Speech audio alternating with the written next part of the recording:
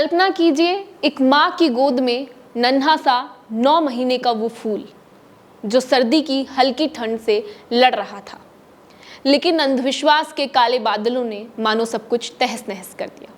Ira's गांव के देव बागरिया का लाल सांसें थामते हुए वेंटिलेटर पर लड़ा, लेकिन शनिवार रात आखिरी सांस के साथ विदा हो गया। गरम सरिये का वो क्रूर दाग न सिर्फ त्वचा जला गया बल्कि एक परिवार का भविष्य राख करके चला गया। लेकिन आंसुओं का सैलाब थमने का नाम नहीं ले रहा है। क्या हमारा भारत जो चांद को छू चुका है अभी भी मासूमों को ऐसे ही खोएगा? अभी भी मासूमों को अंधविश्वास की इस भट्टी में झोंकता रहेगा? एक तरफ जहां हम चांद पर जाने की बात करते हैं, एक तरफ जहां हम मंगलयान की बातें करते हैं, और वहीं दूसरी ओर हम फंसे हैं, हम उलझे हैं अंधविश्वास के काले साए में। हम फंसे हैं कुरीतियों के घिनौने जाल में। आखिर कब तक इन मान्यताओं के माया जाल में हम फंसते रहेंगे और मासूमों की जिंदगियों को ऐसे ही झोंकते रहेंगे और इन मासूमों को खोते रहेंगे? मंगलवार दोपहर इराज गांव की धूप गोविंद की हंसी के साथ खेल ही रही थी। सर्दी जुकाम ने उसके फेफड़ों को जकड़ लिया। सांसें फूल रही थीं, आंखें नम हो रही थी। मां ने गले से लगाया, लेकिन डर ने भोपा का दरवाजा खटखटाया। ये तो भूत का प्रकोप है, ऐसा कहा भोपा ने, और गर्म सरिये से मासूम के शरीर को दाग दिया। वो जलन जो किसी बच्चे को सहन नहीं की जा सकती, वो जलन एक बच्चे की आत्मा तक पहुंच जाती है। बच्चे की चीखें गूंजी, लेकिन परिवार फिर भी चुप रहा, परिजन फिर भी चुप रहे। घर लौटे तो बुखार ने आग लगा दी थी, सांसें रुकने लगी थी और मानो जैसे थमने वाली हो। गुरुवार को मां के आंसुओं में डूबे परिजन पहुंचे महात्मा गांधी अस्पताल। डॉक्टरों की कोशिशें बेकार हुई, नाकाम हुई। वेंटिलेटर पर 3 दिन तक संघर्ष चला उस बच्चे का, और आखिर में शनिवार रात वो पल आया जब मशीन की बीप बीप भी अब थम सी गई, बंद हो गई और उस मासूम की सांसें रुक गई। गोविंद की आंखें बंद, मां की दुनिया मानो जैसे उजड़ ही गई हो। सदर थाना पुलिस ने रविवार सुबह पोस्टमार्टम के बाद शव परिजनों को सौंप दिया, लेकिन परिवार का दर्द अब जिंदगी भर के लिए अमर हो गया है। भोपा के खिलाफ मुकदमा दर्ज हो गया है, लेकिन ये सिर्फ एक नाम है। अंधविश्वास की जड़ें तो अभी भी गहरी हैं। परिजनों की पूछताछ में आंसू बहते रहे, परिजन फूट फूट कर रोए। हमने तो बचाने के लिए कहा था, लेकिन मार डाला।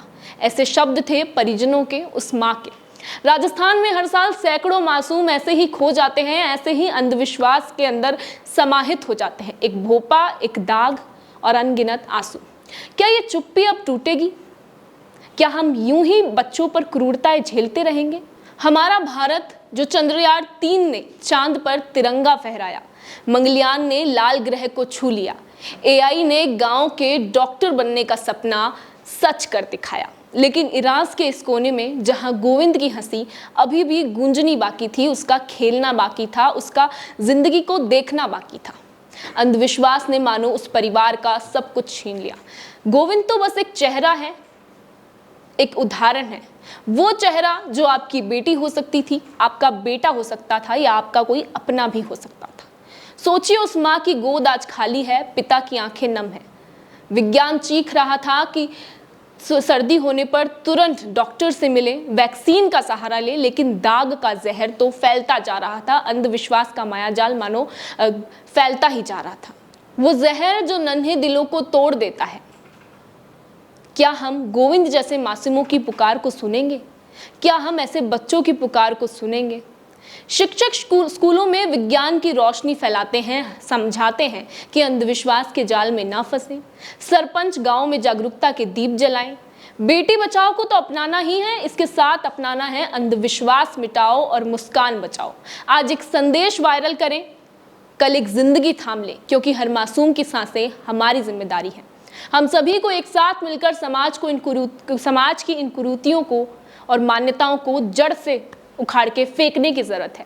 हम सभी को जरूरत है कि हम एक नए समाज की नींव रखें, एक ऐसा समाज जो इन मान्यताओं से, इन कुरीतियों से और इस अंधविश्वास से कोसों दूर हो। एक ऐसा समाज जो लॉजिकल थिंकिंग रखता हो, ना कि ऐसे अंधविश्वास या किसी के भी कहने भर से अपने बच्चे को इतने बड़े खतरे के अंदर झोंक दे। एक बच्चे को या अपने बच्चे को जान देकर इसका मुआवजा चुकाना पड़े। इस पर आपकी क्या राय है, आप हमें कमेंट सेक्शन में बता सकते हैं। बाकी ऐसे ही और खबरों के लिए बने रहिए हमारे चैनल द खटक के साथ।